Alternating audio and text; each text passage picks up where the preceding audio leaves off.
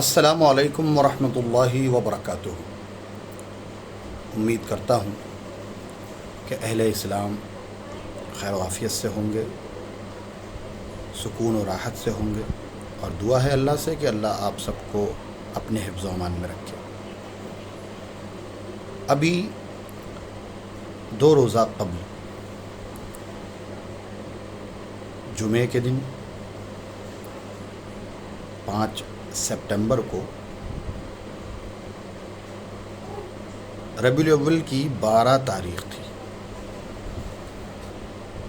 اور اس دن کیا چیز انجام دی جاتی ہے 12 تاریخ کو، وہ سب ہم نے اپنی آنکھوں سے اپنے شہر رامپور کے اندر دیکھا ہے۔ دیکھنے کے بعد بڑی تکلیف ہوتی ہے۔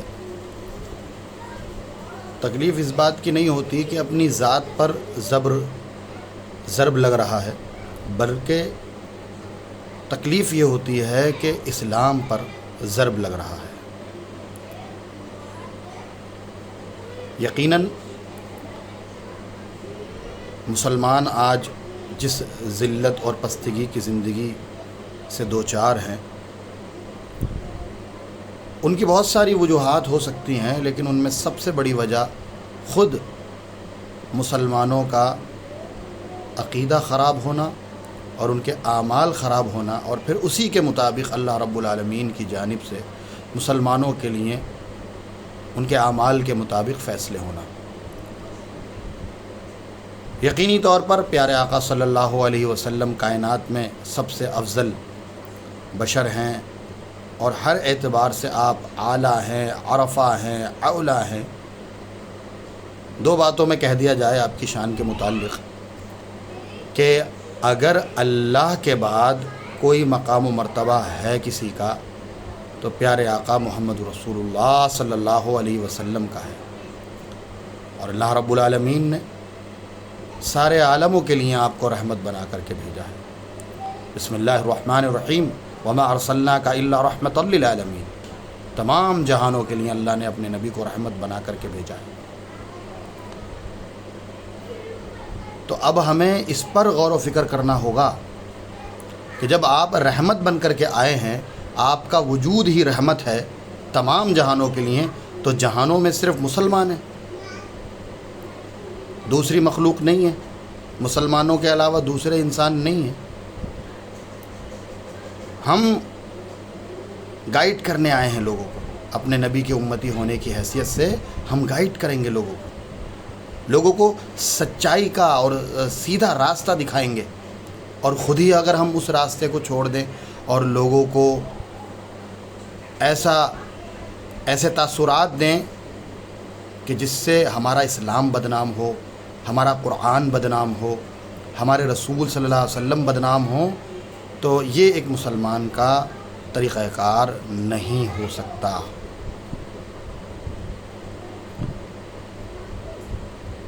نبی کریم صلی اللہ علیہ وسلم اس اہمیت کے حامل ہیں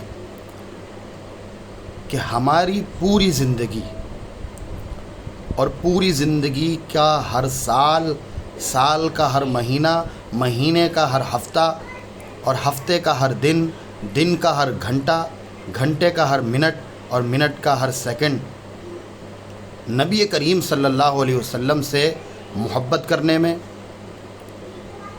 ان کے متعلق معلومات حاصل کرنے میں، ان کی سیرت طیبہ کو سیکھنے، سکھانے، دوسروں تک پہنچانے میں صرف ہونا چاہیے۔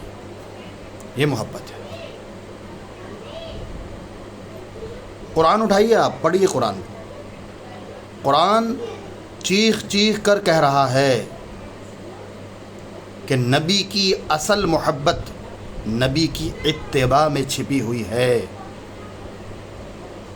جہاں جس بندے کے اندر جتنی زیادہ اتباع نبی کی پائی جائے گی، آخرت میں، یاد رکھیے، آخرت میں اللہ کے اکارڈنگ، اللہ کے حساب سے وہی بندہ نبی کریم صلی اللہ علیہ وسلم کا سچا محبان رسول کہلائے گا، اور ایوارڈ بانٹے جائیں گے وہاں میدان محشر میں کہ یہ وہ شخص تھا جو دنیا میں نبی محترم محمد صلی اللہ علیہ وسلم سے اتنی محبت کرتا تھا کہ زندگی کا ایک ایک پارٹ یہ کوشش کرتا تھا کہ محمد صلی اللہ علیہ وسلم کے طریقے پر گزارے۔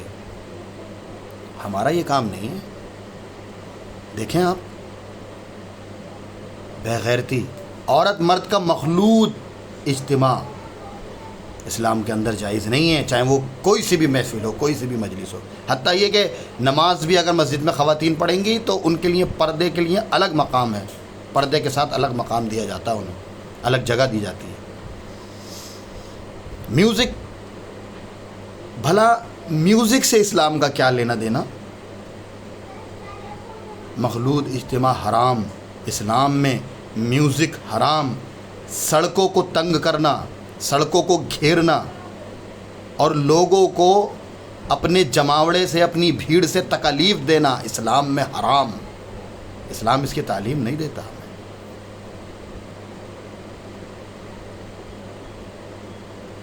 ہمیں کیا کرنا تھا؟ ہمیں تو یہ کرنا تھا کہ ہمیں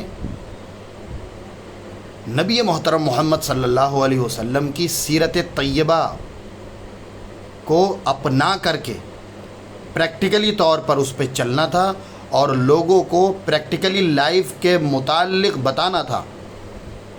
اور قرآن کا یہ فرمان کہ نبی سے محبت نبی کی اتباع میں ہے۔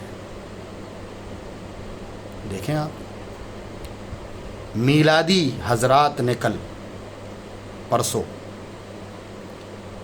پتہ ہے آپ کو 70 سے زائد پرسنٹیج اگر نکالی جائے تو ان لوگوں کی تھی جو میلاد میں تو شریک تھے، جو جھنڈے تو لہرا رہے تھے، جو ڈی جے تو بجا رہے تھے، یا اور دیگر موج و مستی، سیر و تفریح، کھیل تماشا تو کر رہے تھے، لیکن جمعے جیسا عظیم دن اور جمعے کی عظیم نماز تک سے محروم ہو گئے۔ یہ کون سی محبت ہے بھائی؟ یہ کون سی محبت ہے؟ ذرا ہمیں بتایا جائے۔ یہ محبت صحابہ میں نہیں پائی جاتی تھی۔ یاد رکھیے گا میرا یہ جملہ، یقینی طور پر نبی کریم صلی اللہ علیہ وسلم سے محبت ایمان کا حصہ ہے۔ جو نبی سے محبت نہیں کرتا وہ مسلمان نہیں ہو سکتا، لاکھ وہ دعوے کرے۔ لیکن نبی سے محبت نبی کی سنت کے مطابق کی جائے گی، اسی کو محبت کہتے ہیں اور اسی کو سنت کہا جاتا ہے۔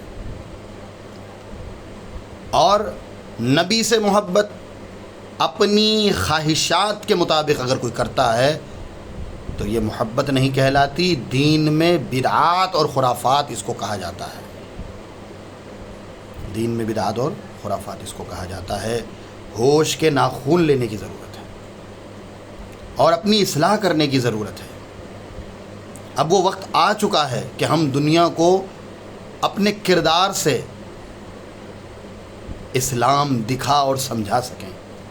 آئی چیلنج یو مسلمانوں، آئی چیلنج یو، کیا آپ اس کے لیے تیار ہیں کہ ہم، قرآن ہماری مسجدوں تک محدود رہا ہے، نبی کی پاکیزہ تعلیمات احادیثوں تک محدود ہم نے کر دی ہے، صحابہ کی مبارک قربانیاں ہم نے کتابوں تک محدود کر دی ہیں، کب ہم اپنی زندگیوں میں اس کو نافذ کریں گے اور دوسروں کو بتائیں گے کہ جو تم نے غلط فہمیاں اسلام کے متعلق پال رکھی ہیں وہ محض خام خیالیاں ہیں، غلط فہمیاں ہیں، ان کو دور کرو، اصل اسلام آئیے ہم تمہیں پریکٹیکلی طور پر بتاتے ہیں۔ اس کے لیے مسلمانوں تیار ہونا پڑے گا۔ اس کو محبت کہا جاتا ہے۔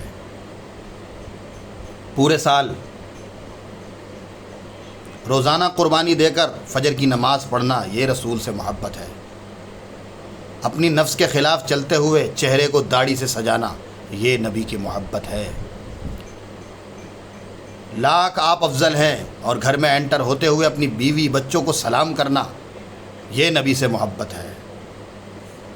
اپنی لائف اسٹائل کے اندر میانہ روی اختیار کرنا، حسد، چغلی، غیبت، تمام تر برائیوں سے بچنا، اے رسول سے محبت ہے۔ قرآن کو سیکھنا رسول سے محبت، قرآن سے جڑنا رسول سے محبت، قرآن کی تعلیمات کو دوسروں تک پہنچانا رسول سے محبت، یہ رسول سے محبت ہے۔ یہاں معیار غیروں والا نہیں چلے گا کہ آپ ایک دو دن کچھ کر لیں گے تو آپ کی محبت کا پروف ہو جائے گا، نہیں ہو سکتا۔ یہاں آپ کو پریکٹیکلی لائف میں کر کے دکھانا پڑتا ہے، آپ کو بتانا پڑتا ہے کر کے۔ تو ضرورت اس بات کی ہے کہ ان تمام بدعات اور خرافات سے بچنے کی ضرورت ہے اور اپنی اصلاح کرنے کی ضرورت ہے، اور قرآن و سنت کو صحابہ کے منہج کے مطابق اور سلف کے منہج کے مطابق سمجھنے کی ضرورت ہے، اور اس کو علم کو تھام کر دوسروں تک پہنچانے کی ضرورت ہے، نہیں تو حالات بہت خراب ہو رہے ہیں دن بدن۔